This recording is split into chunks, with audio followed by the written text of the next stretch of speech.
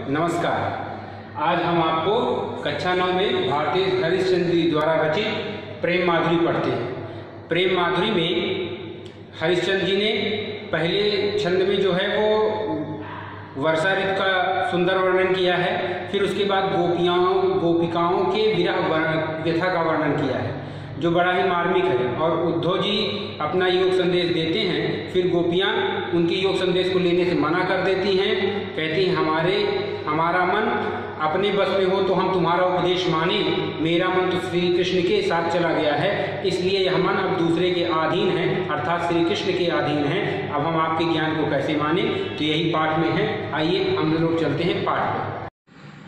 कूके लगी कोयलें कदम बन पे बैठी, फेरी धोए धोए पाती, हिली हिली सर से लगे। अब बोले लगे दादुर मयूर लगे, नाचे फेर देखी के संजोगी जन ही हर से लगे। हरि भई भूमि सीरी पवन चलन लागी, लखी हरिचंद फेरी प्राण तर से लगे। और फेरी झूम झूम वर्षा की ऋतु आई, फेरी बादर निगोरे झुकी झुकी बरसने लगे। यहाँ पे हरिश्चंद्र जी कह रहे हैं, भारतेय हरिश्चंद्र की, कदम्ब के वृक्षों पर बैठ कर कोयलें कूकने लगी। कदम्ब एक वृक्ष है, कोयले माने कोयल। बैठकर कोयल कूकने लगी और धोए धोए पात हिल हिल सरसे लगे। और वर्षा के जल से धुले हुए पत्ते हिल हिल कर वृक्षों पर हिलने लगे। बोले लगे दादुर, दादुर माने होता है मेढक, मेढक बोलने लगे। और मयूर माने मोर, मोर नाचने लगे। फिर जब वर्षा ऋतु आती है तो सबका मन मचलने लगता है, चाहे पेड़ हों, पक्षी हों, पौधे हों, मनुष्य हो, सबका मन एक बार मचल जाता है। इस भीषण गर्मी से जब वर्षा की बूंदें पड़ती हैं तो एक ठंडक सा एहसास होता है। तो इसीलिए मेढक बोलने लगे, मयूर नाचने लगे, देख के संजोगी जन ही हर्षे लगे। यह सब देखकर अपने प्रिय के समीप होने के कारण संजोगी जन अपने हृदय ही हृदय प्रसन्न होने लगे। और क्या देख रहे हैं कि हरी भई भूमि सीरी पवन चलने लगे। दूसरी ओर सारी धरती हरी भरी हो गई। सीरी माने शीतल, और शीतल मंद हवा चलने लगी। और लगी हरिचंद फ्रेन प्राण तरसे लगे। और इसे देखकर हरिश्चंद्र जी कहते हैं कि जो लोग इसका आनंद नहीं ले पाए वो परेशान से हो उठे। फेरी झूमी झूमी वर्षा की ऋतु आई। फिर उसी समय, ये सब कब होता है, जब वर्षा की ऋतु आती है तभी कोयल कदम्बों की डाल पर बैठ के बोलने लगती हैं, पत्ते हिलने लगते हैं, दादुर बोलने लगते हैं, मयूर नाचने लगते हैं। संयोगी जन जो होते हैं उनके हृदय प्रसन्नता से भर जाते हैं, धरती हरी भरी हो जाती है, हवा चलने लगती है। ये सब कब होता है, जब वर्षा की ऋतु आती है। और बादर निगोरे झुकी झुकी बरसे लगे। और जो वियोगी बादर निगोरे, ये वर्षा ऋतु झूम झूम के फिर से आ गई और ये निगोरे बादल झुक झुक के फिर से बरसने लगे। ये पंक्ति है, लकी हरिचंद फेन प्राण तरसे लगे। हमको लगता है हम इस पंक्ति का अर्थ बताना भूल गए हैं, तो फिर से देख लें कि जो वियोगी व्यक्ति अपने मन में अपने प्रीतम के दर्शनों की अभिलाषा थी और उसका प्रीतम कहीं से नहीं आया, तो उनके प्यार को पाने के लिए तरसने लगे।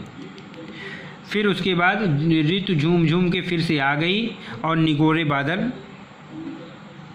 बरसने लगे।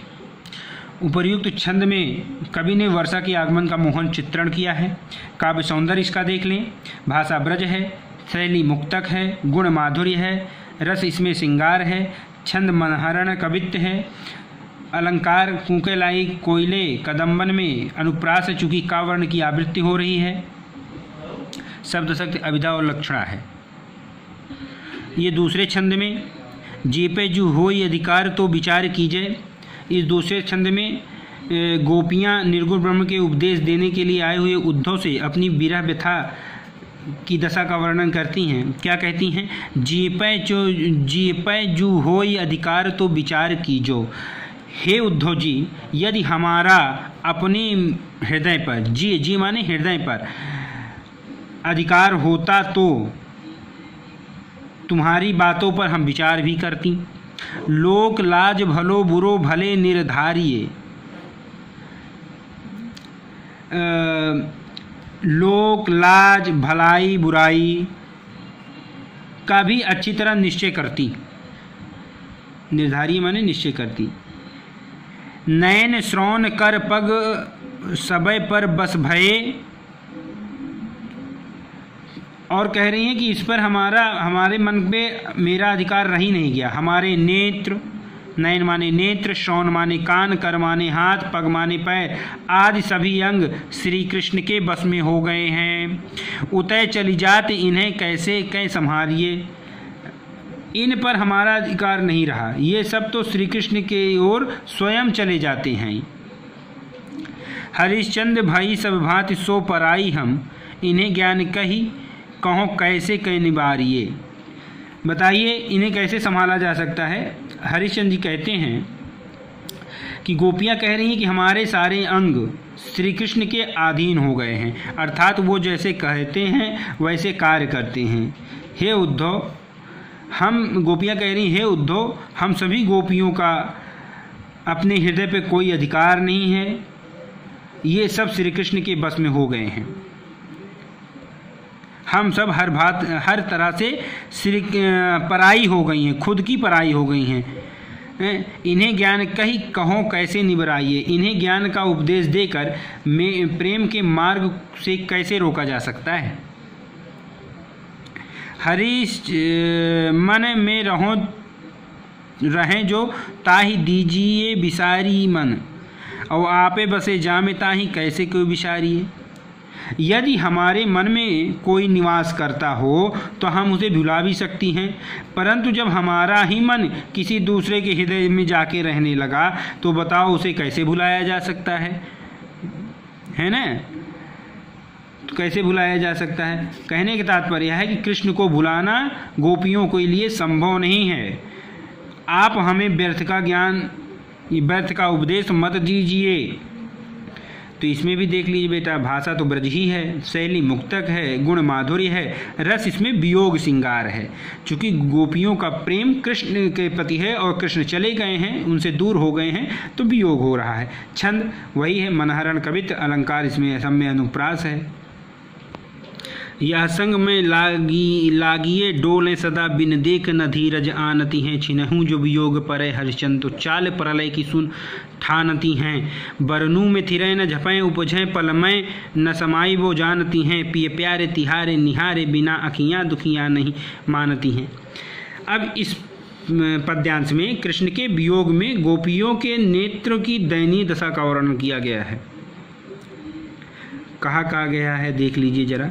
यह संग में लागी डोले सदा बिन देखे न धीरज आनी है। गोपियाँ कृष्ण के विरह में व्याकुल इतनी हैं कि वे अपने नेत्रों की व्यथा को बताते हुए उद्धव को सुनाती हैं। कहती हैं, हे उद्धव, हमारे नेत्र, ध्यान से देखिएगा, हमारे नेत्र कृष्ण के वियोग में, उनकी खोज में सदा इधर उधर घूमते रहते हैं, है ना।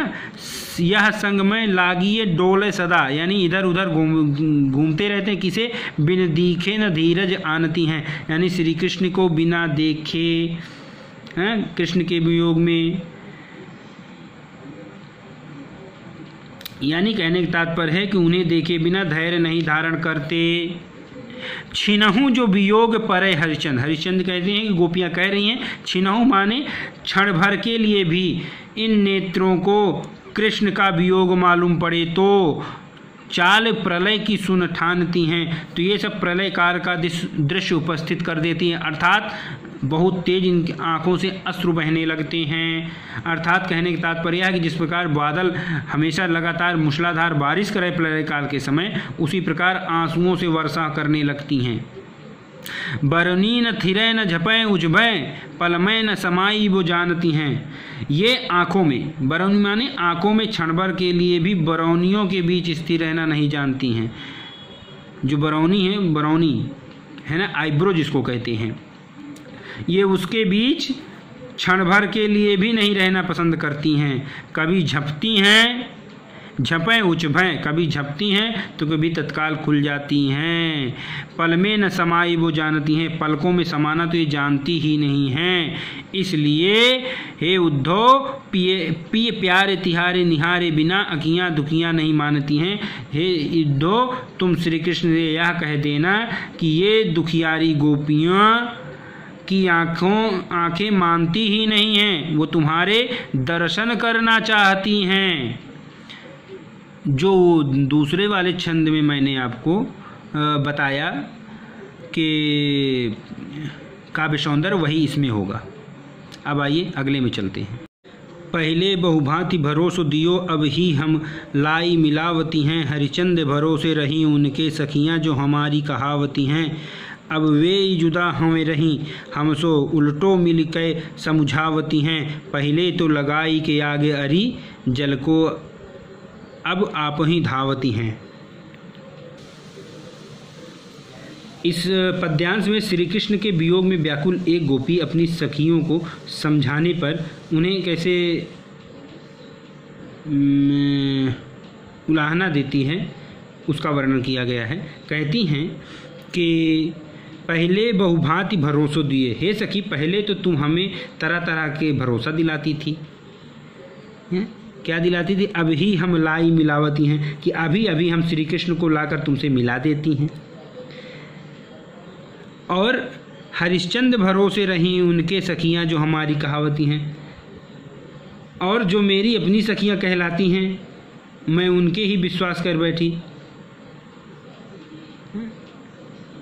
हरिश्चंद्र भरोसे रही सखियां, हरिश्चंद्र जी कहते हैं कि जो मेरी अपनी सखियां भरोसा दी थी, विश्वास दी थी, वो हमारी सखियां कहलाती हैं। लेकिन अब वे जुदा हमें रहीं, हमसो उल्टो मिल के समझावती हैं। लेकिन अब वह हमसे अलग हो गई, जुदा जुदा माने अलग हो गई। श्री कृष्ण को मिलाने की अपेक्षा वे अब इकट्ठा होकर उल्टा मुझे ही समझाती हैं। और पहले तो लगाई के आग अरी, जल को अब आप ही धावती हैं। अरी सखी, इन्होंने पहले तो मेरे हृदय में प्रेम की आग लगा दी, और अब उसे बुझाने के लिए स्वयं ही जल लेने दौड़ी जाती हैं। तो इसमें भी काव्य सौंदर्य में भाषा ब्रज है, शैली मुक्तक है, गुण प्रसाद है, रस वियोग श्रृंगार है, छंद सवैया है, अलंकार अनुप्रास है, शब्द शक्त अभिधा लक्षणा है। अगला छंद देखिए। ऊधो जो सूधो गहो वह मार्ग, ज्ञान की तेरी जहाँ गुदरी है। को नहीं सिख मानिए वहाँ, एक श्याम की प्रीति प्रतीत खरी है। इस पद्यांश में गोपियाँ उद्धव से कहती हैं कि वे किस प्रकार उनके निराकार ब्रह्म के उपदेश को ग्रहण नहीं कर सकती हैं। कहती हैं, ऊधो जो सूधो गयो वह मार्ग, ज्ञान की तेरी जहाँ गुदरी है। गोपियाँ कहती हे उद्धव जी, तुम उस मार्ग पर सीधे चले जाओ। ऊधो जो सूधो, सूधो माने सीधे, गहो माने चले जाओ, वह मार्ग माने मार्ग में, उस रास्ते पे आप सीधे लौट जाओ। ज्ञान की तेरी जहाँ गुदरी है, जहाँ तुम्हारे ज्ञान की गुदड़ी रखी है, भंडार है, तुम वहीं सीधे लौट जाओ। को नहीं सिख मानिए यहाँ, एक श्याम की प्रीति प्रतीत करिए। कोई भी गोपियाँ तुम्हारे उपदेश को ग्रहण नहीं कहेंगी। क्यों नहीं कहेंगी? क्योंकि सब गोपियाँ श्री कृष्ण के प्रेम पर विश्वास रखती हैं। ये ब्रज बाला सब एक सी हरिचंद जो मंडली ही बिगरी, एक जो होए तो ज्ञान सिखाई, ये कूपही में यहाँ भांग परी है। फिर गोपियाँ कहती हैं, हे उद्धव, ये सभी ब्रज बाला हैं, अर्थात ये सभी गोपियाँ कोई अलग अलग स्वभाव की नहीं है, इनकी पूरी मंडली ही बिगड़ी है। पूरी जितनी गोपियां हैं ये सब बिगड़ी हैं। एक जो होए तो ज्ञान सिखाइए, अगर किसी एक गोपी की बात हो तो उनको ज्ञान का उपदेश दीजिए। देते तो अच्छा भी होता। यहाँ कुएं में ही भांग पड़ी है, हाँ, सब उसी कुएं की भांग पीकर सब कृष्ण के प्रेम में मस्त हैं। कहने का तात्पर्य है कि सारी गोपियाँ श्री कृष्ण के प्रेम में के रस में इतना सराबोर हो गई हैं, इसलिए तुम्हारा उपदेश सुनना उनके लिए व्यर्थ है और तुम्हारा उपदेश देना व्यर्थ है। इस छंद में भी जो काव्य सौंदर्य है बेटा, रस श्रृंगार है, छंद सवैया है, अलंकार अनुप्रास है, शैली मुक्तक है, भाषा ब्रज है, शब्द शक्त अभिधा लक्षण व्यंजना है। आइए अगले छंद में चलते हैं। सखी आयो बसंत ऋतिन को कंत, चहुदिस फूल रही सरसो, बरसी तलमंद सुगंध समीर, सतावन हार भयो गरशो, अब सुंदर सांवरो नंद किशोर, कहें हरिचंद गयो घरसो, परसों को बिताए दियो बरसों, तरसों कब पाए पिया परसों। अब इस छंद में वसंत ऋतु के आगमन पर गोपियों की विरह व्यथा का चित्रण किया गया है। हरिश्चंद्र जी ने बहुत ही सुंदर इनकी विरहवता का वर्णन किया है। तो कहते हैं कि सखी आयो बसंत ऋतिन को कंत, जहुदिस फूल रही सरसों। सखी कहती है, हे सखी, ऋतुओं का स्वामी बसंत आ गया है और चारों दिशाओं में पीली पीली सरसों फूल रही है। बर शीतल मंद सुगंध समीर, और अत्यंत सुंदर ठंडी हवा बह रही है। सतावन हार भयो गरसो, किंतु बसंत ऋतु की जो सुगंधित वातावरण है कृष्ण के बिना ये कष्टदायी है, कष्ट देने वाला है। सतावन हार माने, सतावन माने कष्ट, सताने वाली। अब सुंदर सांवर नंद किशोर, कहे हरिचंद गयो घर सो। हरिश्चंद्र जी कहते हैं कि भगवान श्री कृष्ण नंदनंदन हमसे बताकर गए थे कि परसों को आएंगे। जब घर से गए थे तो बताए थे परसों आएंगे, और परसों को वर्षों में मथुरा से लौट आऊँगा, परसों मथुरा। परंतु परसों के स्थान पर न जाने कितने वर्ष व्यतीत हो गए और अभी तक लौट के नहीं आए। तो कब पाए पिया परसों, तो मैं अपने प्रीतम कृष्ण के चरणों को स्पर्श करने के लिए तरस रही हूँ, पता नहीं उनके दर्शन कब होंगे। तो इधर भी भाषा ब्रज है, शैली मुक्तक है, गुण माधुर्य है, रस वही वियोग श्रृंगार है, छंद सवैया है, अलंकार अनुप्रास और यमक भी है, शब्द शक्ति अभिधा है। जो मैंने अभी आपसे बताया कि इसमें यमक अलंकार है, तो अंतिम देखिए, परसों को बिताए दियो परसों। तो ये परसों माने एक दिन के बाद आने वाला दिन, और पिया परसों, परसों माने स्पर्श करना। तो यहाँ एक ही शब्द दो की बार आवृत्ति हुई है और अर्थ अलग अलग हो रहे हैं, इसीलिए यहाँ पे यमक अलंकार है। इन दुखियान को न चैन सपने हो मिले हो, तासो सदा व्याकुल बिकल आकुलाएंगी, प्यारे हरिश्चंद्र जू की बीती जानी, औंधी प्राण चाहत चले पे ये तो संग ना समाएंगी। और देखियो एक बार हूँ न नयन भरी तो ही आते, जौन जौन लोक जइए तहाँ पछताएंगी, बिना प्राण प्यारे भय दरस तुम्हारे हाय, मरे हूँ पे आँखें न खुली ही रह जाएंगी। इस छंद में भी श्री कृष्ण के विरह में गोपियों के नेत्रों की व्यथा का मार्मिक चित्रण भारतेंदु जी ने किया है। कहती हैं, गोपियाँ कह रही हैं कि इन दुखियान को न चैन सपने हो मिले। कृष्ण की विरह में इन दुखी नेत्रों को स्वप्न में भी शांति नहीं मिलती। सपने हो माने स्वप्न, चैन माने शांति। तासो सदा व्याकुल विकल अकुलाएंगी, विकल माने बेचैन, क्योंकि उन्हें ये सदा अपने प्रिय अर्थात श्री कृष्ण के दर्शन के लिए व्याकुल रहेंगी। और तासो सदा प्यासे हरिश्चंद्र बीत जानी औधि प्राण। हरिश्चंद्र जी कहते हैं कि प्रीतम के लौट आने का समय, औधि, औधि माने अवधि, अवधि माने समय, बीतती हुई जानकर ये प्राण इस शरीर से निकल जाना चाहते हैं। और चाहत चले पिए तो संग ना समाएंगी, परंतु मेरे मरने पर भी ये नेत्र प्राणों के साथ नहीं जाना चाहती हैं। देखियो एक बार हूँ न नयन भरी तो ही आते। गोपियाँ कह रही कि अगर एक बार भी मैं अपने प्रीतम श्री कृष्ण को जी भर के देखा ही नहीं हूँ, इसलिए जौन जौन लोक जइए तहाँ पछताएंगी। इसलिए जिस किसी भी लोक में ये नेत्र जाएंगे वहाँ पश्चाताप करेंगे। फिर बिना प्राण प्यारे दर भय दरस तुम्हारे हाय, मरे हूँ पियाकी ये खुली ही रह जाएंगी। फिर कहती हे उद्धव, तुम श्री कृष्ण से ये कहना कि उनके दर्शन के बिना, बिना प्राण प्यारे भय दरस तुम्हारे हाय, बिना उनके दर्शन किए बिना हमारे नेत्र मृत्यु के पश्चात भी तुम्हारे दर्शन की प्रतीक्षा में खुले ही रह जाएंगी। यहाँ भी देखिए काव्यगत सौंदर्य, भाषा ब्रज है और शैली मुक्तक है, रस वियोग श्रृंगार है, छंद वही मनहार कवित्व है, अलंकार अनुप्रास भी है और अतिशयोक्त भी है। अतिशयोक्त इसलिए है कि जिस तरह गोपियाँ कह रही कि मरने के बाद आंखें खुली रह जाएंगी, तो मरने के बाद कोई देख भी नहीं पाता है, और जहाँ जहाँ श्री कृष्ण जाएंगे वो ये जाएंगी वहाँ पश्चाताप करेंगी, तो ऐसा असंभव है। बढ़ा चढ़ा के वर्णन किया गया है, गुण माधुर्य है, शब्द शक्ति लक्षणा है। अब प्यारे बच्चों, अब हम मुलाकात करते हैं अगले वीडियो में, तब तक के लिए नमस्कार। हाँ, एक बात और, ये वीडियो को ज़रूर सब्सक्राइब करें और अपने साथियों को शेयर ज़रूर करें। धन्यवाद।